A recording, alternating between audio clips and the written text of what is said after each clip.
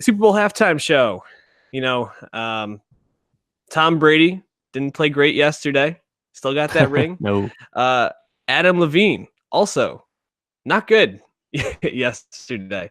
A lot of not very positive feedback for Adam Levine. What was your overall take on the quality of the halftime show? Then maybe we'll talk a little bit more about how Y- this could be improved. Yeah, yeah.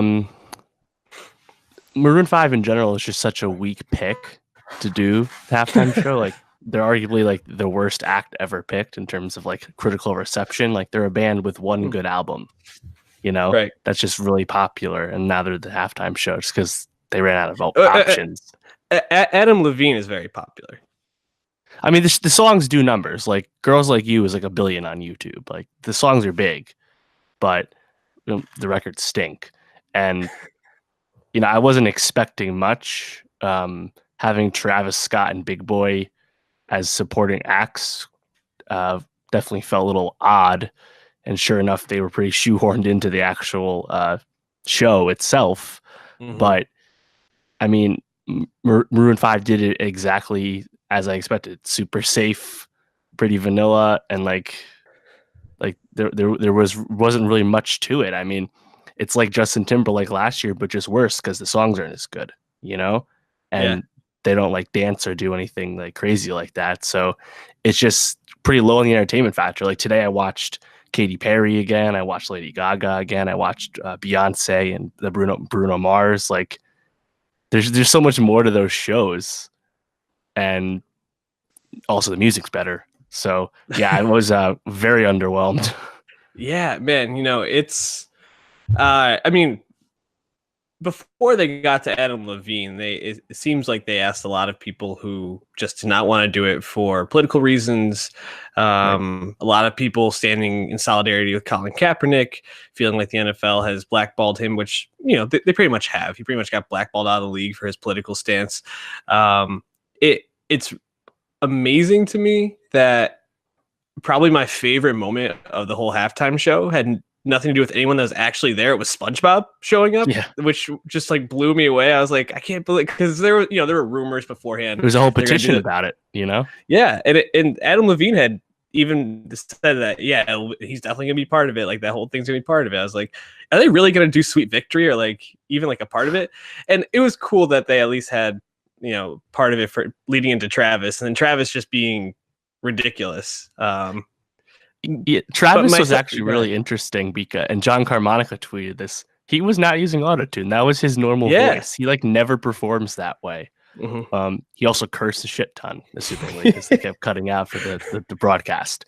But I thought he was pretty good for. I mean, he has a good reputation for this, but I thought he was pretty good. And then, I mean, at the end of the day, though, what he did sicko mode, right? Like, yeah. It's still kind of a jarring thing to have that follow Maroon 5. But I thought Big Boy coming in for The Way You Move as his second song actually worked good or better, having Levine do part of the hook, doing his weird dancing. Like I thought that worked a little better. Travis just felt like he got the quick bag and dipped. Yeah, and honestly, good for him. When Big Boy showed up, that was just a wonderful moment, seeing him in that big fur coat riding in a freaking Cadillac. Like, hopefully it was fake. So, yeah, but man, it honestly just like my main takeaway is Adam Levine is just not as good singing as he's kind of propped up to be, and for a lot of singers, as they get older, they can't hit those high notes as well. But like if that's your whole thing, like you gotta find a new slant dog. Like you gotta find something that's gonna translate better than that did. So are there any ways you think that they could maybe approach this differently to improve it next year? Well, it's weird because who are you gonna ask that hasn't done it before? It's not that many people. I think like the Foo Fighters and Pearl Jam, they've actually never done it, neither of them. They're big enough bands that they at least, would make sense. They're a little smaller than Coldplay, but, I could see that. But in terms of other bands, I mean, they've done all the legacy acts. They're all too old now, right? Stones, The Who, Tom Petty, like they all did it already. Bruce Springsteen, like, I don't know who's left from like, the 20th century. And there's not that many big bands this year, as we've long established. And I don't think they're ever going to do just a rapper, all rap show. Doing Yeah. the Super Bowl in Atlanta was their opportunity, and they didn't do it. They had all those shows on Saturday in the area, which apparently Mhm. looked pretty cool. But you know, like I think they did ask Jay-Z apparently, or rumored, and he said no. He's big enough. Mhm. Pre freak out Kanye would have been big enough, but there's not that many. I mean, do you have any other suggestions? Yeah, I don't really. I think that they either need to scale it back a little bit, which is weird to say. I know it's like the biggest music moment of the year is how they bill it, but it Mm. almost feels like maybe just going something a little more regional. Like if they had gone with just people from like just Atlanta rappers or like bands from there, I feel like that would have maybe true to form.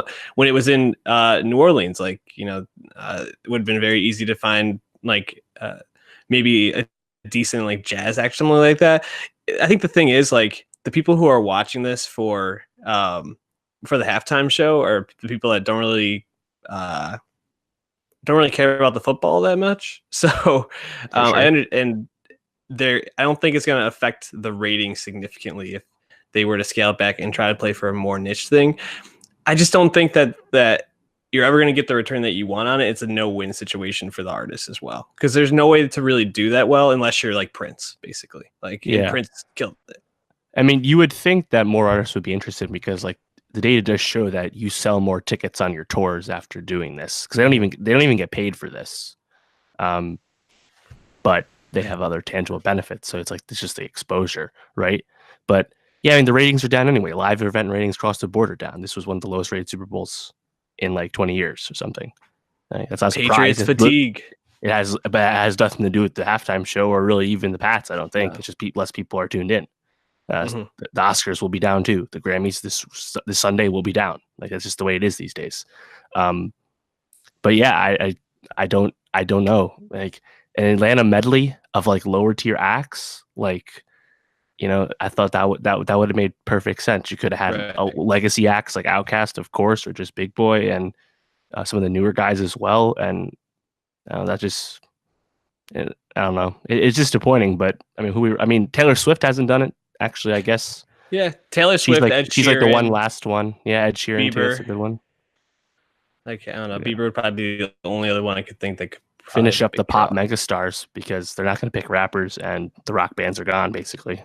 Yeah, it's going to be interesting. I think they're also going to have to start to embrace more of hip hop culture. They still kind of play this very much more to like rock bands, and I think they're going to have to start embracing hip hop if they want to keep propelling this and just stay in touch with what's popular now, which Mm-hmm. seems to be kind of what they're going for. So, anyways, Super Bowl, great outcome for the game, but for the halftime show, pretty big dud.